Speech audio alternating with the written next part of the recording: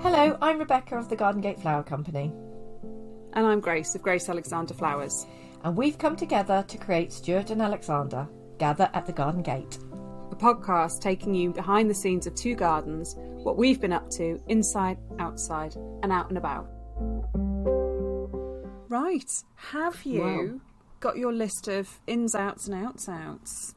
Well, I have. I feel very grateful that I know that you've had a blinder of a week, because I do feel like, having not been very well, just going to say that one more time for sympathy, I'm slightly lacking on anything, because just having got out of bed was basically out for me. Do you know what I mean? Well, we could spend the entire time just talking about my out. That I know, okay. I'm quite happy to do that. I'm very excited to hear all about it. I literally cannot wait. Should we just start with that? Should we just start with my out? We're moving over the in. Everything is going to just basically pale into insignificance, aren't we, when you tell them what you've been up to? And I'm sitting here quite green with envy that I don't live out of Cornwall, really, at the moment. Go on, spill the beans. What have you been up to, Grace? So I was invited to Polly Nicholson's book launch party. Now, I'm going to have to make sure Polly never listens to this so I can talk about it openly and freely. So I had lunch with Britt Willoughby a few months ago, and we were chatting about the invite for the book launch, and we suddenly realised that we had different invites. And there was, last Thursday, a very posh, celeb-filled bash in London, which Britt had an invite to. And mine was not that one. Mine was one in Marlborough. And so I did have a little period of, oh gosh, I'm definitely B-team. But I'm not proud. It was a party. I was going to turn up to the party, whatever. Can I just interject a minute? Of course. I mean, is there a third invite? Because I haven't had that yet. Polly, it's fine. It's okay. But it looks amazing. But I'll just make a point. No, but the absolute loveliest thing was that Polly made a speech. She came and said to me, do I need to make a speech? And I said, yes, of course you need to make a speech. And she got up and she made a speech. And she said, she was thanking people for all their help. And she said, we had an industry launch last week and that was amazing and huge, but it's so lovely to be here having the family and friends launch. And I was like, I love that. Oh, my heart. Oh. So then I felt really bad for complaining that I was on the B-team invite, and I felt so incredibly touched. Polly is one of the most impressive and just incredible women that I'm not easily intimidated, but I still remember the first time I ever saw her. She walked into a Flowers from the Farm event and she was a little bit late. We were in Bath, parking is always difficult. Yeah. And she walked in and she was just the most elegant, beautiful, put together woman, and I can just remember thinking, oh my God, I want to be like her when I grow up. I'm never going to be like her when I grow up. I'd like her walled garden when I grow up. I think everything. She's got the most, and the greenhouses. Everything. The greenhouses are just, if you don't follow her on Instagram, I highly recommend it. But obviously, one has to calm your beating heart that you could inherit a little bit of that beauty. It's really, really gorgeous. It's really gorgeous. It is really gorgeous. It's proper escapism, isn't it? It is lovely, and of course, her beautiful garden has been photographed by Andrew Montgomery for this just exquisite book. So I had a massive rush of blood to my head, and I just bought 2 copies, one for Gather members and one for me. And Polly was very kind and signed them both. But it was just, I do these things where I get really excited about things and I overcommit and I book myself into things. And it got to 3:30. There were flooding everywhere. It was the night before a bank holiday, which means the M5 is dreadful. It was really bad, wasn't it? I remember seeing that we had such bad weather and you were out in a field with the dogs still. I was like, what are you doing? I saw it on your stories. When you go out for the evening, you have to walk the dogs first. You do. So luckily I'd finished work, managed to get the dogs out, and then I was checking Google Maps, and it was doing that thing where when I checked it the night before, it said it's an hour and a half to Marlborough, so that's absolutely fine. I can draw an hour and a half's nothing in the scheme of things. And then, of course, as I was checking it throughout the afternoon, it got to 2.5 hours, 2 3/4 hours. And I was like, oh, my God, this is just going to be hellish. I can't leave any earlier than I can leave. And so I'm going to arrive just as it's finishing. And I did play that game. I should probably just not go. It's not worth it. And I gave myself the stiffest of talking tos, and I just got in the car. I said, I will get there when I get there. And I started driving. And yes, the floods were dreadful and the roads were dreadful and all sorts of things. But as soon as I arrived, it was just wonderful. You're pleased you make an effort, don't you, in those situations? Absolutely. Really? I mean, it's home is very comforting, and it's sometimes really difficult to leave. Definitely, I have moments of that myself, actually. And you can almost, like you said, be really gung-ho and think you're going to do something and then backtrack and talk yourself out of it. I definitely, so that's really good you went.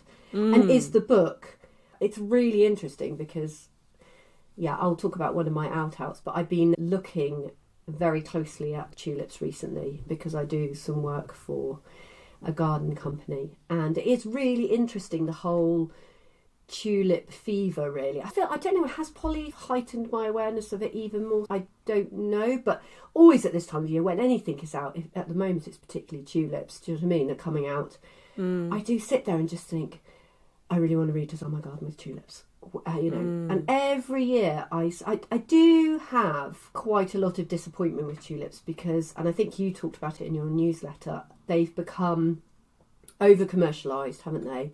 And it's been really hard to quite often even get the supply of what you want, hasn't it? I would say that Polly's tulip, she has the National Collection of Historic Tulips. Yes, so these are not your bog standard, buy them in bulk. These are...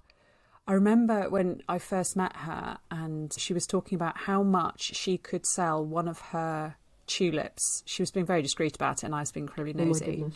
That if she took one of her historic tulips to New Covent Garden, how much she could sell one flower for.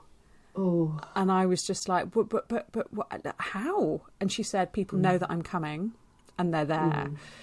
I'm going to have to edit this bit out. She's going to kill me if I say that in public. But her tulips are not your garden centre Belle Epoque tulips. They're not your standard tulips. No. They're the most incredible, elegant, gorgeous, smoky coloured, broken. Oh, yeah. She's got me in deep. Brit's really, I met Brit, I talked about it on a recent podcast.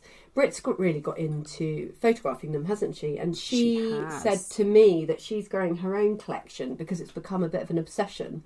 And you're right, it is a very different, it's not a florist. I wouldn't say you're not going to hand these over in a bridal bouquet without necessarily, and I don't mean this rudely to any of my brides, but you're not going to hand it over without realising how important these flowers are. But I do think what it does is it makes you, there is some sort of stature on them of elegance, do you know what I mean? They just look fantastic. And just to mix with your out of going to see Polly's, actually I decided to take myself off to a garden locally, which is a private house, it's not open to the public, but every year, as you know, because I'm a florist, I grow tulips for my couples, my brides, my clients, and quite often you just can't get these things. You can't trust that these things are going to come back each year because they don't always come back. Yeah.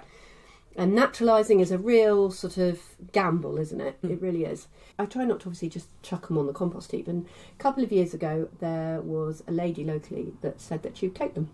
So I put them all into compost bags. And of course, some of them were pulled. So obviously I didn't give her any where...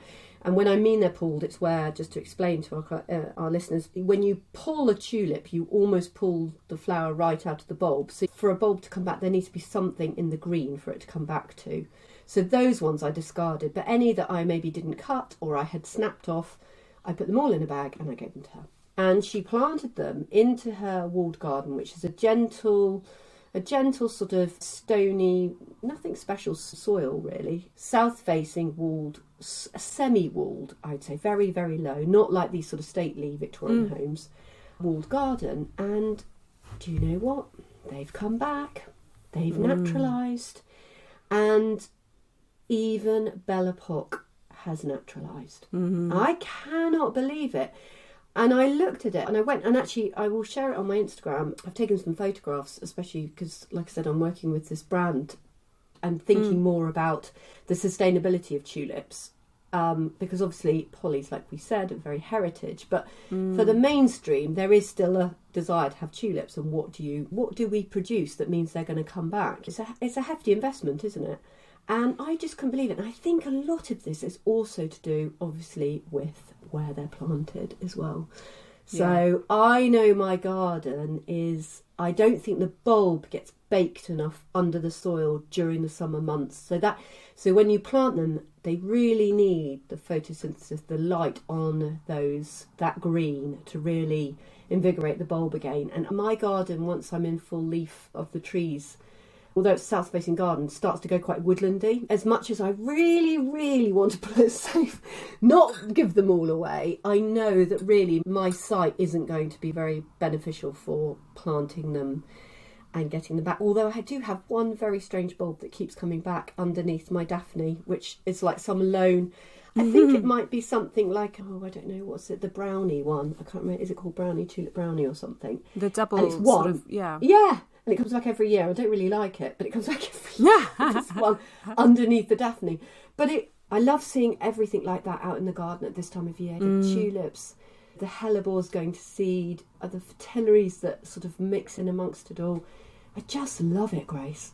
I feel like this is the time of year where everything starts to come together and everything ramps up. Just going back to tulips, I think there is a real sustainability problem with tulips. I think where you have to buy tulip bulbs in every year is a problem. I think particularly because of the chemicals that they spray the tulip bulbs with is a real issue. And so just going back to Polly's party, I was very lucky to be standing in the queue for signing next to this extremely lovely gentleman. There were quite a lot of rather lovely gentlemen there, I have to confess. Lots of tweed. And he was the chair of trustees for the Soil Association. So I was able to say, I've just started my organic certification with you, which was rather lovely. So we had a lovely chat about that. But of course, that does mean that I will not in the future be able to just put in orders of non-organic, chemically sprayed, imported tulip bulbs. So that's so interesting. If I don't have the tulip in my garden right now, I will never be able to grow it again. So I confess I bought 500 Dom Pedros last year. And I will be baking them, and I will be doing everything I possibly can do to get them to come back year after year, because I've just taken that as an option off the table, that I just import. You know, you can get, particularly from some of the big wholesalers, you can get massive crates of tulip bulbs for absolute pennies. But I've always wondered, you know, there's a lot of infections and diseases that come in on tulips, so they do spray the absolute bejesus out of them. That's really interesting. I thought as well, because we were Soil Association or Organic Farmers and Growers, we were certified years and years ago, Garden Gate was, right at the very beginning of actually starting the business. And there is obviously something in transition. Obviously you've got the 3-year transition, so your crop can be in transition as well. But obviously a tulip is a very tricky one, isn't it? Yes. Are you in transition now then? I am in transition now. Okay. So my process has only really just started. So it's 2 years, I think, for organic, and then it'll be an extra year for biodynamic. Polly is fully Soil Association certified, so she is properly organic. Okay. So, but obviously she has to buy in her historic tulips. So I think there is a way that if there is an exemption for if you simply cannot source something organically, you can apply to have it. But I don't want to go down that route. That's not really the... No, and that was something I have to say, when we started up, that we did have to do exemptions for things. That was quite normal because, and especially when we started 14 years ago, so much wasn't organic back then, and we would try and keep the list as small as possible and then save our own seed or divide the crop depending on what it was to actually start.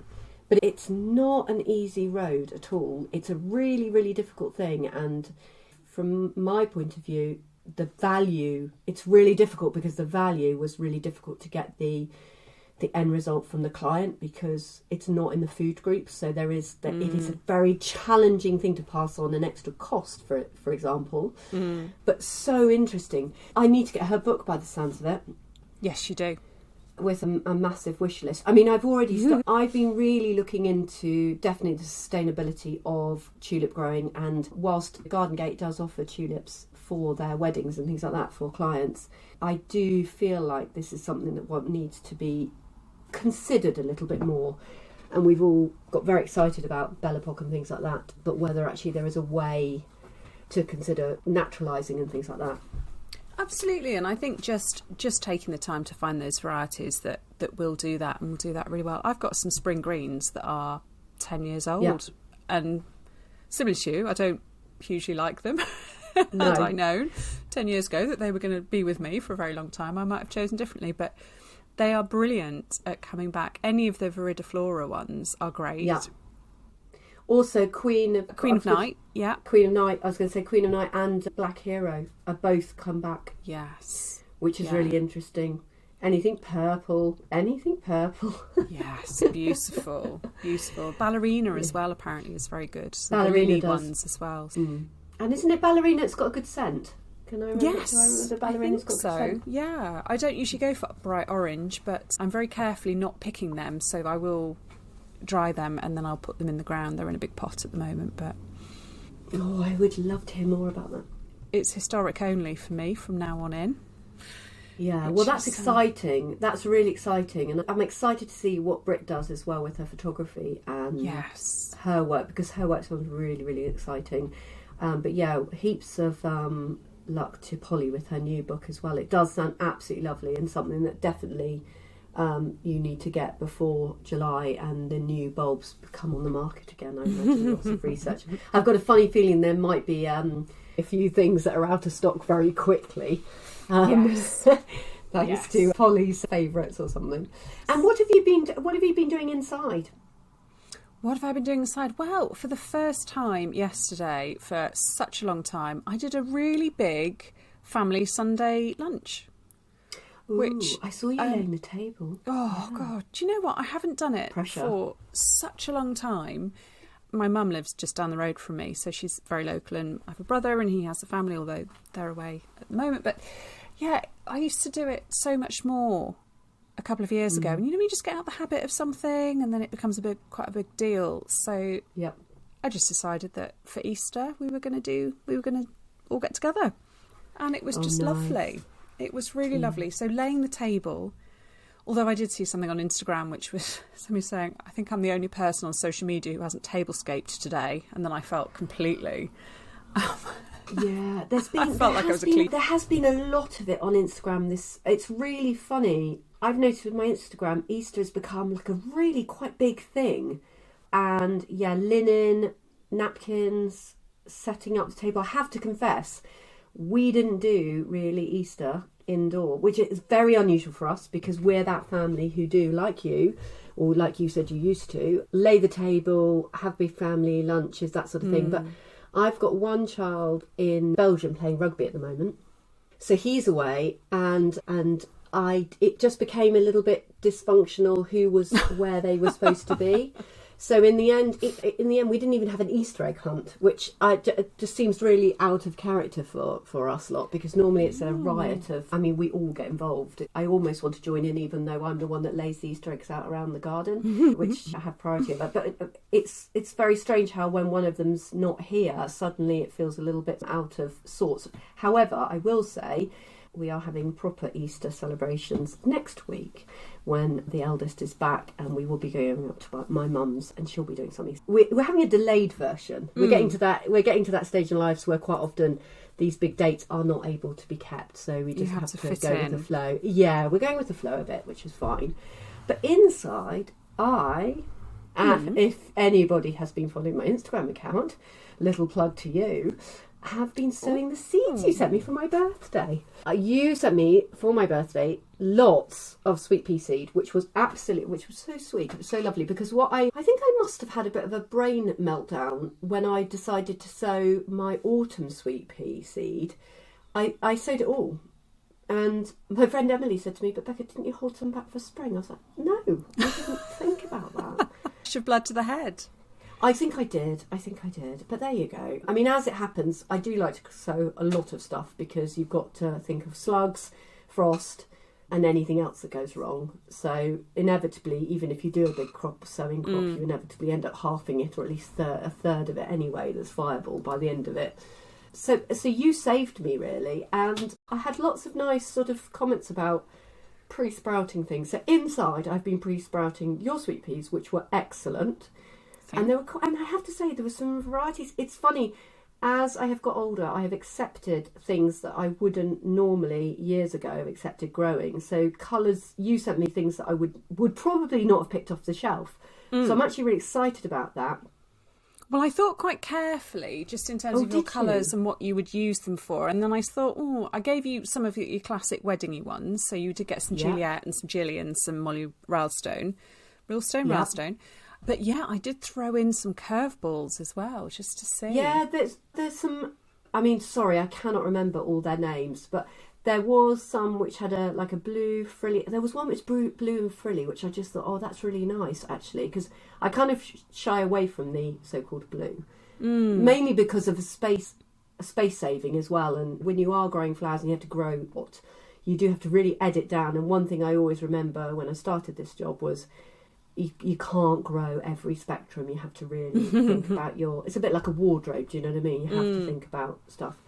But with the extra bit of land now, I have got that option. And this is twofold, right? I'm going to go straight into the other story really here. But I now know exactly where I'm going to put them out as well, because the other slight issue I've got is I've got my spring stock out. But I probably would quite like to have these out somewhere else. So these are going to go up to the land.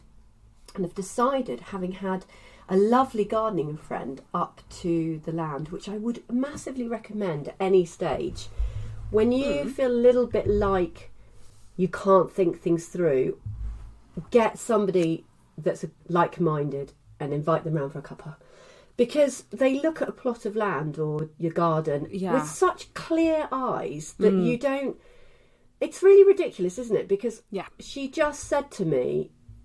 I was a bit worried about how much space I had, and I was like, goodness, I've already filled this plot and this is crazy. And she was like, this is enough room for all your annuals, Becca, like the amount you've sown. I'm like, no. And she just said, on the edges, fold back the membrane pass. So I've got membrane pass around the perimeter of my site, 1 metre wide. She said, roll them back. She rolled them back, put them in half, pegged them down, and she said, then you've got yourself a 50 centimetre depth on a long row against a fence line. She said, and when that's done, roll it back for the winter when you're doing all the heavy work. Because who needs a wheelbarrow anyway? Gosh. You know? And I just thought, wild. I never would have thought that. I never would have thought. I have basically gained, I would say, around 50 metres of length of sowing beds that I didn't have before, just because somebody said to me, why don't you roll back the path for the summer? Oh my goodness. I think you are absolutely right though. I think there is something about having your own garden, particularly if you're gardening just you. I have stood in my flower field and in my garden for longer than I would really care to admit, and just been so overwhelmed with the decision making and that sort of the permanence of it. And if I put a path here and do that, what will that do and how will that work, and where on earth am I going to put all my sweet peas? And all that sort of stuff. And yes, somebody who isn't quite as invested could just look at it and it would be completely obvious what to do. And I think that's it. It was just like an off-the-cuff comment. Whereas like you said, I've stood in that field a number of times, walking up and down the rows, reevaluating everything and almost being paralysed to make a decision about where to put a post in, where to put a path in. And and honestly, it was the most transformational hour I've ever had in ages. So I feel very excited about that. So basically, your sweet peas are now going to go on one of the fence line, which will be absolutely lovely. And I will just extend it out. And I mean, I love everything to look very beautiful, as you know, but this is a functional space. So one is going to go bamboo canes because I've just got to do it. Do you know what I mean? Yeah. But it's fine. The pretty stuff is always in the little Victorian garden, so that's really good. But this is going to be functional. This is going to be, we need to seriously get ourselves together with these seeds. And what I've done with yours is I potted them up today. So they sprouted really well, and so I know then I've got that viable seed, and I've actually planted 3 to a pot, which maybe I should have done 2 to pot, but I just thought, do you know what, it's fine. I don't mind. Monty does 3. Oh, does he? Yeah, Oh, he does. Yeah. Okay. Well, I also felt that, do you know what, 3 to a pot, 1 gets eaten by a slug. They're going to go straight into the ground. So where they're going is going into the ground. They're not going to have to be. They're not going into a pot or anything like that. Yeah. So I think they'll get a lot of nice sort of love once they're out. And I shall report back on which ones are my favourite varieties in the summer. When are we thinking? If I sprouted these now, when are we thinking? July flowering? Yeah, probably. I mean, August? Am I late? I would say July. Well, it depends on the summer. I mean, it's we've had so much rain. If we now have a really warm April, May, not too hot because sweet peas don't like lots of heat. But if we have that really good rain overnight, long warm days, they'll go like the absolute clappers. So, yeah. Well, I'm very excited about that. On the flip side, and I only feel it's fair to share my disaster of the week, inside I decided to also sprout chickpeas because, and I don't know who it is, so I can't credit them, I'm really sorry, but you know, they can shout and send a note into us. But I saw on Instagram somebody growing chickpea for chickpea foliage. Oh. As a good foliage, and I'm always looking for a good quick foliage, obviously in my industry. It's a bit frothy, isn't it? If I remember rightly. It's a sort of like a legumy pea foliage, I seem to think. Yeah, it is. And I don't think it gets very tall. I think it's quite stocky. But one note to anybody, do not soak and let your chickpeas stand in a warm kitchen for too long. Oh my goodness. So really they should have been planted a couple of days ago, and I did exactly the same method as I did for your sweet peas. So if anyone watched it on my stories, it was sprouting them, soaking them, sprouting them in wet kitchen towel inside a plastic polythene bag. All I can say is when I opened that polythene bag, I thought something had died. You basically fermented them, didn't you? Oh God, it was so bad. It was so bad I had to light a candle sent a candle in the kitchen, and in the end I thought, oh, and I can save these.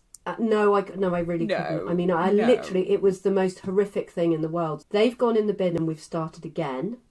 So it even happens to, I mean, do I call myself a professional grower? Yeah, I mean, I am supposed to be a professional grower. It even happens to professional growers that days go by and you don't realise when. And note to yourself, one should have probably put the date on the label, and maybe I would then have known. So I'm terrible for that. Yeah. Oh, I'm terrible for labelling, let alone anything else. So so note to self, I'm going to do it slightly differently this time. So I've re-soaked the chickpea.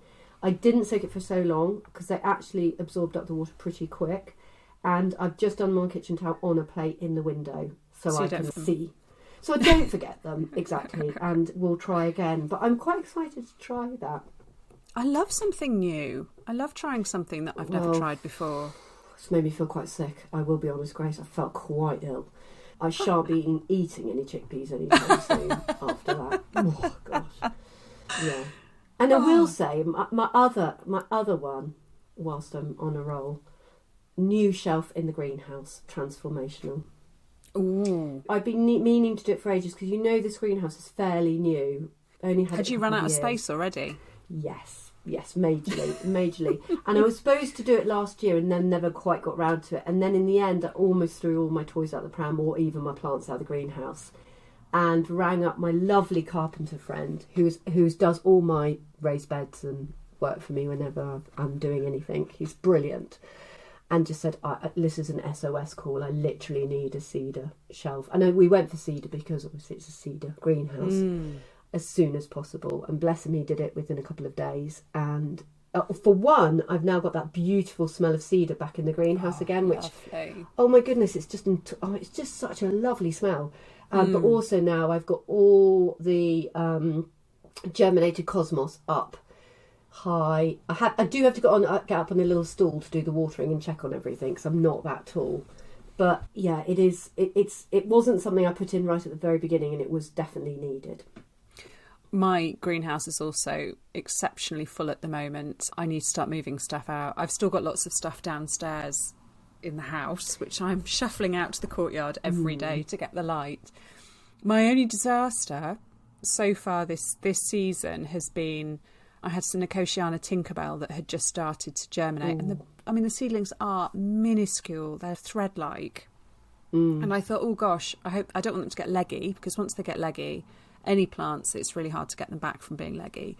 So I put them outside to get the light, and it was just too cold for them. So I think I've written off. But actually, touch wood, I've been so obsessive about slugs this year that I don't think I've lost much more or killed much more or not germinated much more this year. Everything's doing really well. Well, in my greenhouse, one of the other reasons for having a big sort out was I did something was eating the phlox seedlings, and I did find 3 slugs in the greenhouse.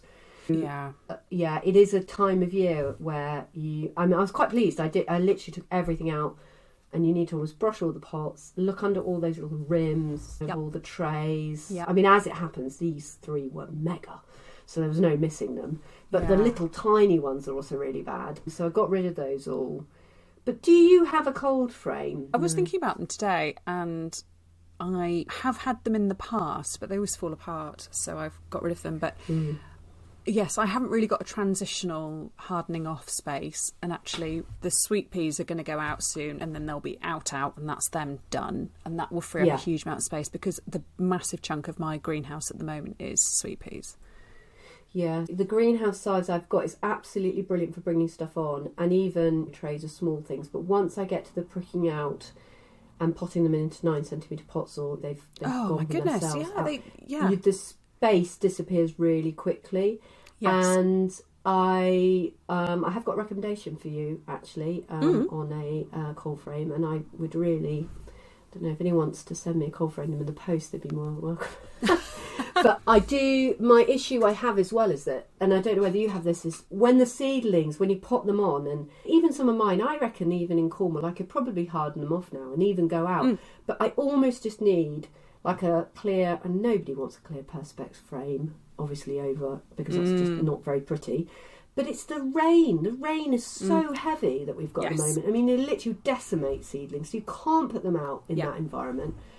But Woodpecker Joinery, and that's my recommendation, who did my greenhouse and office, they do a very nice cold frame, and I've had a few friends that have had them, and they're very, very nice indeed. Very beautiful cedar ones. They're not cheap, but as you have quite honestly highlighted, they do kind of fall apart, cold frames, quite easily. They do. If you get cheap ones, they absolutely do. Yeah. They're just rattly pieces of plastic, aren't they? These are very, very beautiful. I am earmarking that next year, I probably won't do it this year, but next year I think I need to do the cold frame thing. Yeah. Because I just need something as a transition. It's really interesting you say that about the rain, because actually I had a tray of digitalis grandiflora, I think. Can't remember which. Yeah, lovely. And I'd pricked them out, grown them on a seed tray, pricked them out into what is essentially like a plug plant sort of module tray, so very deep, much deeper than your usual. And I thought, they'll sit in that for quite a while, and then I'll put them into the ground directly after that. And we had some of that really just deluge of rain, and it really damaged them, and some really nice fennel that I was growing on as well. So I mean, that's I don't seem to be able to get my plants out very often from a cell tray this is to the ground particularly easily. Mine seem to have to grow on a bit more in a pot before. And it takes up so much space, doesn't it? It is a space issue, definitely. We've been busy. We have been busy. Well, that's, for me, that's the benefit of a long weekend where I don't have to go to work. But no, this is very true. This is very true. I have quite a busy week lining up. I've actually moved a load of, it's the royal we, obviously it's my husband, moved loads of wood chip up at the land. So actually I've covered some of these horrible membrane paths with wood chip over the Easter weekend as well, which I'm hoping again will be quite a good slug sort of barrier. I mean, wishful thinking, but that is quite wishful thinking. They do quite like that, but currently that is absolutely my path choice of the moment, is Mypex and wood chipping. It's just flexible, it's quick, it's easy, you just keep topping it up. It's great. Well, also, if you can make friends with a tree surgeon, from what I can gather, it is almost like you're their friend as well, because I think it's easy for them if they know it's going to go somewhere, you know? Yes, absolutely. Yeah, you just need a track that you can get a lorry down. I know. Or a Well, big that's van. the only problem we've had. We've had to borrow it, which hasn't been much fun. So I have had to pay my husband in a lot of Easter eggs over the weekend. There you go. Oh, well, it's lovely catching up with you, Grace. It's lovely catching up with you too, and I feel like I should just dash downstairs and bring some of my my plants in before it starts to get too chilly. Yeah, and I'm going to go off and order Polly's book. It sounds too exciting. I'm broken now. I'm going to go and do it. Well, I'm sorry you didn't win the gather competition, but Oh, someone yes, had I to. know. Yeah, well done to whoever did that. Lydia won it. So, Lydia, yeah. oh, well done, Lydia. Hopefully she's got an excuse to extend her bank holiday now and not go out for the next 24 hours while she reads the book. Anyway, lovely to chat to you. We'll speak soon. Speak soon. Bye. Bye.